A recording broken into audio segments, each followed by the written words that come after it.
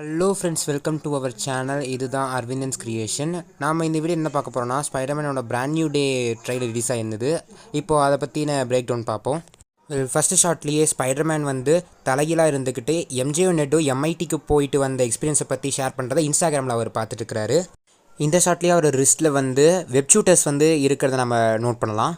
பார்த்துக்கிட்டே இருக்கும்போது கீழே வந்து போலீஸ் ஆரன் சத்தம் கேட்ட உடனே அவர் மாஸ்க்கை போட்டு கீழே இறங்குறதுக்கு ரெடி ஆகிறாரு. அவர் கீழே குதிக்கும் போது நம்ம நோட் பண்ணலாம், காற்றுக்காக ட்ரெஸ்ஸை ஆடும். போன பாட்டிலேயே அவர் துணியை வச்சு தான் அவரோட ஷூட்டை செஞ்சுருந்தார். அது வந்து இந்த பாட்டை நல்லா கண்டினியூ பண்ணியிருக்கிறாங்க. அது மட்டும் இல்லாமல் அவர் ஸ்விங் பண்ணும்போது அவர் பாயிண்ட் ஆஃப் வியூவில் எப்படி இருக்கும் அப்படிங்கிறத நல்லாவே ரிப்ரசென்ட் பண்ணியிருக்கிறாங்க. அப்புறம் போன பாட்டில் அவர் கடைசியாக எழுதியிருந்த லெட்டர் வந்து அவர் கையில் வச்சுருக்க மாதிரி காட்டுறாங்க. அப்படின்னா அவர் எம்ஜே கிட்டே போயிட்டு நான் தான் பீட்டர் பார்க்கர், அது மட்டும் இல்லாமல் நான் தான் ஸ்பைடர்மேன் அப்படிங்கிறத வந்து சொல்லலான்னு இருக்கிறாரு அப்படிங்கிறத நல்லாவே காமிக்கிறாங்க. அவரோட ஷூட்டு வந்து துணியில் செய்யப்பட்டது அப்படிங்கிறனால அவர் வாஷிங் மிஷினை துவச்சிட்டு இருக்கிறாரு.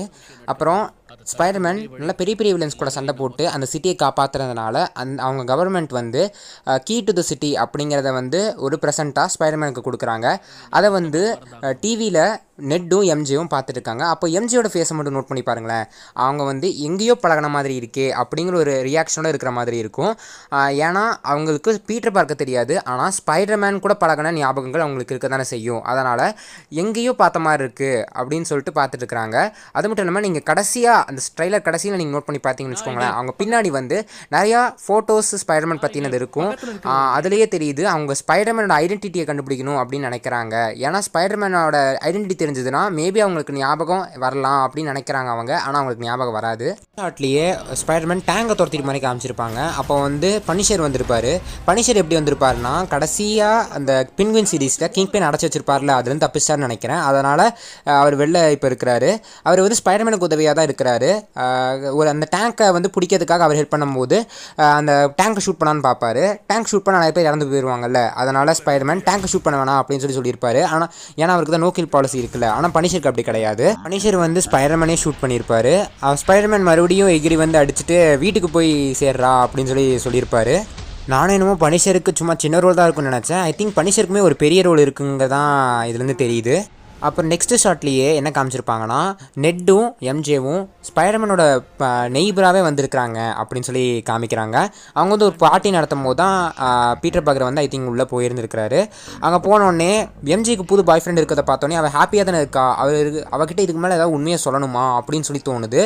அதனால் ஸ்பைடர்மேன் வந்து ஒரு துக்கத்தோட உச்சத்துக்கே போயிட்டான்னு சொல்லலாம். ஏன்னா அவர் இதுக்கு மேலே வாழணுமா, ஏன்னா அவங்களுக்கு தெரிஞ்சவங்க யாருமே கிடையாது அதுக்கு மேலே.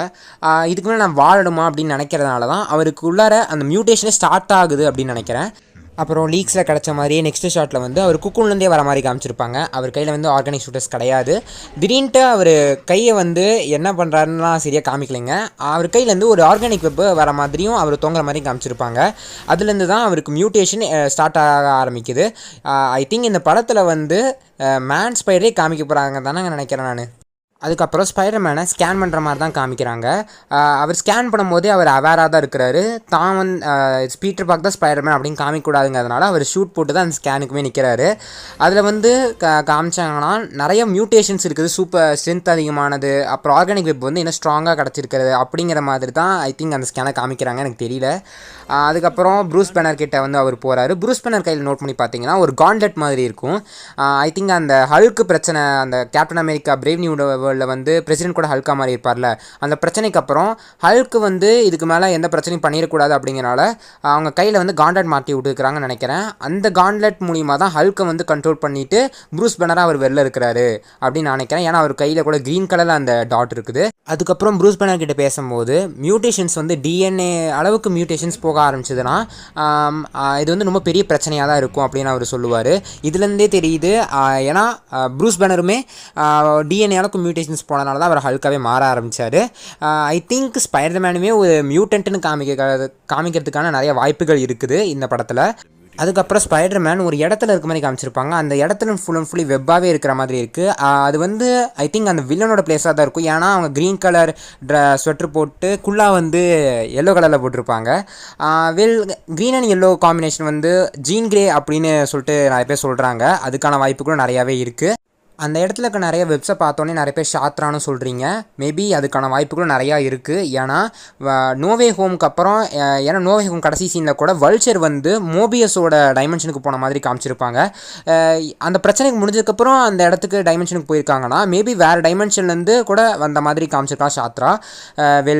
யார் அந்த வில்லன் அப்படின்னு சொல்லிட்டு படத்தில் பார்த்து தான் நம்ம தெரிஞ்சுக்கணுங்க. அப்புறங்க அதே ஷாட்டில் வந்து ஸ்பைடர்மேன் தன்னோட வெப்பை வந்து எவ்வளோ ஸ்ட்ராங்காக இருக்குது அப்படின்னு சொல்லி டெஸ்ட் பண்ணுற மாதிரி காமிச்சிருப்பாங்க. அந்த கையில் கூட நோட் பண்ணி பார்த்தீங்கன்னா வெப் ஷூட்டர்ஸ் கிடையாது. ஆனால் நிறைய பேர் சொல்கிறாங்க ஹல்க்கு தான் அவர் வந்து தூக்கி எறிகிறாரு அப்படிங்கிற மாதிரி காமிக்கிறாங்க. ஆனால் அந்த இடத்துல ரொம்ப நோட் பண்ணி பார்த்தீங்கன்னாங்க 2 இடத்துல மட்டும் அந்த வெப்ஸ் இருக்கிற மாதிரி தெரியும். ஐ திங்க் அவர் வெப்பு வந்து எவ்வளோ ஸ்ட்ராங்காக இருக்குது அப்படின்னு சொல்லிட்டு தான் டெஸ்ட் பண்ணுறாரு அவர். அதுக்கப்புறம் ஸ்பைடர்மேனுக்கு வந்து மொத்தமாக 3 லைஃப் சைக்கிள்ஸ் இருக்குது. ஏன்னா ஸ்பைடர்ஸ்னாவே நார்மலாக 3 லைஃப் சைக்கிள்ஸ் இருக்குது. அது மட்டும் இல்லாமல் நிறையா ஃபேன் மேட் தியரிஸ் கூட போயிட்டு இருந்ததுங்க. அந்த தியரிஸ் என்னன்னாங்க ஷூட்டில் இருக்கிற ஸ்பைடர்ஸ் வச்சு தாங்க அவங்க சொல்லியிருப்பாங்க. Baby spider, teen spider, adult spider அப்படிங்கிற மாதிரி. அந்த தியரிஸ் படி ஸ்பைடர்மேனுமே ஒரு மியூட்டேஷன் அடைய ஆரம்பிச்சிருக்கிறாரு. மேபி அவர் மேன் ஸ்பைடராக மாறலாம். ஆனால் இது ஹாரர் ஆயிரும் அப்படிங்கிறதுனால ஃபேன்ஸுக்காக அவங்க மாற்ற மாட்டாங்க. ஐ திங்க் இதோட முடிக்க தாங்க அவங்க பார்ப்பாங்க. இது வேறு என்னோடய அசம்ஷன் மட்டும்தாங்க. அந்த புரூஸ் பேனரை வந்து மீட் பண்ண சீன்லைங்க அவர் வந்து உங்கள் பேர் என்னப்பா அப்படின்னு சொல்லி அவர் கேட்டிருப்பார் அவர் வந்து பேசும்போது. இதே மாதிரி ஒரு சீக்வன்ஸ் தான் அமேசிங் ஸ்பைடர்மேன்லையுமே தன்னைத்தானே க்யூர் பண்ணிக்கிற ஏதாவது ஒரு நேமை சொல்லுங்கள் அப்படின்னு சொல்லும்போது அவர் சீ ஹார்ஸ்ன்னு சொல்லியிருப்பார். அவர் வந்து அந்த மாதிரி ஆன்சர் பண்ணதுக்கப்புறம் உன் நேம் என்னப்பா அப்படின்னு சொல்லி கேட்டிருப்பாரு. அதே மாதிரி இந்த சீக்வன்ஸும் அமையலாம். அதுக்கப்புறம் நெக்ஸ்ட் சீனில் ஒருத்தவங்க வந்து கட்டி போட்ட வச்ச மாதிரி காமிச்சிருப்பாங்க. அவங்க ஸ்வெட்டர் கூட க்ரீன் கலரில் தான் இருக்குது. அப்புறம் சொன்ன மாதிரி ஜீன் கிரேவாக கூட வாய்ப்புகள் இருக்குது. அப்புறம் விழுந்து கிடக்கிற டேங்கை வந்து ஸ்பைடர்மேன் ஓப்பன் பண்ணும்போது ஒரு பாட்டி தான் ஓட்டிகிட்டு வந்த மாதிரி காமிச்சிருப்பாங்க. அதுக்கப்புறம் அந்த சோல் வந்து அப்படியே ஒவ்வொருத்தவங்களோட பாடியும் ட்ராவல் ஆகிற மாதிரி காமிச்சிருப்பாங்க. அதே அகைன் ஜீன் கிரேவாக கூட இருக்கிற வாய்ப்புகள்லாம் இருக்குது. அதுக்கப்புறம் ஸ்கார்பியன் கூட ஃபைட் பண்ணுற மாதிரி ஒரு சீக்வன்ஸ் இருக்குங்க. அந்த சீக்வன்ஸ் தான் ஐ திங்க் இது இருக்கிறதே பெஸ்ட் சீனாக இருக்க வாய்ப்புகள் இருக்குது. ஏன்னா அவங்க ஷூட் பாருங்களேன், மெக்கானிக்கல் ஷூட்டு அவ்வளோ சூப்பராக பர்ஃபெக்டாக இருக்குங்க. ஸ்பைடர்மேன் கேமில் பார்த்த மாதிரியே இருக்குது. அதுக்கப்புறம் ஸ்பைடர்மேன் வந்து ஒரு ட்ராக்கை ஃபாலோ பண்ணிட்டு போகிற மாதிரியே இருக்குது. அது எல்லாமே ஸ்பைடர் வெப்ஸ் எல்லாம் இருக்கிற மாதிரி தாங்க இருக்குது. ஐ திங்க் அந்த வில்லன் வந்து ஸ்பைடர்மேன் வரத்துக்காகவே அந்த ட்ராப்ஸ்லாம் விட்டுட்டு போயிருக்கான வாய்ப்புகளும் இருக்குது. அப்புறம் ஸ்பைடர்மேன் டேங்கை வந்து திருப்புற சீக்வன்ஸை வந்து பார்க்கும்போது எனக்கு அப்படியே டாக்டர் சேஞ்ச் படத்தை கொஞ்சம் ஞாபகப்படுத்த மாதிரி இருக்கும். ஏன்னா அவர் மேலேருந்து வந்து விடுவார். ஏன்னா அந்த இடத்துல தான் ஸ்டாண்டர்டு கேமியோ நிறைய வச்சுருக்க வாய்ப்புகள் இருக்குது. அவர் வந்து அப்படியே பள்ளி மாதிரி ஒட்டிக்கும் போது ஸ்டான்லி வந்துட்டு படிச்சிருக்க மாதிரி வச்சுருக்க நிறைய வாய்ப்புகள் இருக்குது. இப்படி தான் டாக்டர் சேஞ்ச் படத்தில் கூட மேலேருந்து விழுகும்போது அவர் பஸ்ஸில் அப்படியே ஒட்டிகிட்ருப்பார். ஸ்டான்லி வந்து நியூஸ் பேப்பரும் புக்கை படிச்சுட்டு இருக்கிற மாதிரி அந்த சீக்வன்ஸ் இருந்திருக்கும். அப்புறம் தான் ஸ்பைடர்மேன் வந்து சண்டை போட்ட வில்லன்ஸை வந்து அப்படியே அதில் டீஸ் பண்ணியிருந்திருப்பாங்க. டெரான்டுலா, பூமராங் அந்த 2 இடத்தையுமே எடுத்து பார்த்திங்கன்னா அப்படியே காமிக் புக் அக்யூரேட்டாகவே இருக்குங்க. ரெண்டுமே ஒரே மாதிரி தான் இருக்கும். ஸ்பைடர்மேன் வெர்சஸ் த ஹேண்டு இந்த ஃபைட் சீக்வன்ஸ் தாங்க ஐ திங்க் இந்த ப்ரிசன் பிரேக் சீக்வன்ஸாக இருக்கும். ஏன்னா ஸ்பைடர்மேன் வந்து நல்லா அடி வாங்கி முட்டி போட்டு உட்காந்துருக்கிறாரு. மறுபடியும் அட்டாக் பண்ண வரும்போது அவர் ஆல்ரெடி நிறைய ப்ராக்டிஸ் பண்ணியிருக்க வாய்ப்புகள் இருக்குது. அவரோட வெப் ஷூட்டர்ஸை வச்சு, ஆர்கானிக் வெப் ஷூட்டர்ஸை வச்சு, அந்த வெப் ஷூட்டர்ஸை வச்சு கிட்டத்தட்ட ஒரு பிளேடியாக அவர் உடச்சிருப்பார். அது மட்டும் இல்லாமல் அவர் கண்ணை மட்டும் நோட் பண்ணி பாருங்களேங்க, அவரோட கண் அப்படியே பிளாக்காக மாறும். Literally he was losing his self. அது மட்டும் இல்லாமல் இந்த ஃபைட் சீக்வன்ஸ் தாங்க ஜாக்கி சான் அப்புறம் அவங்களோட டீமை வச்சு பண்ண ஃபைட் சீக்வன்ஸ் அப்படின்னு சொல்லியிருக்கிறாங்க. இடத்துல வந்து ஸ்பைடர்மேனும் எம்ஜியும் பேசுகிற மாதிரி ஒரு சீக்வன்ஸ் இருக்குது. ஐ திங்க் இந்த இடத்துல கூட தன்னோட ஐடென்டிட்டியை ரிவீல் பண்ணியிருக்கலாம். இவ்வளோ தான் இந்த ட்ரைலரோட பிரேக் டவுன்.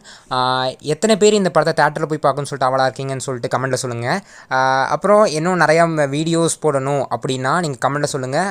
அனிமீஸை பற்றி போடனாலும் இந்த கமெண்ட்டில் சொல்லுங்கள். நானும் போகிறதுக்கான முயற்சிகள் நானும் எடுக்கிறேன். அப்புறம் யாரெல்லாம் இந்த சேனலை சப்ஸ்கிரைப் பண்ணாமல் பார்க்குறீங்களோ அவங்க இந்த சேனலை சப்ஸ்கிரைப் பண்ணிக்கோங்க. தேங்க்ஸ் ஃபார் வாட்சிங்.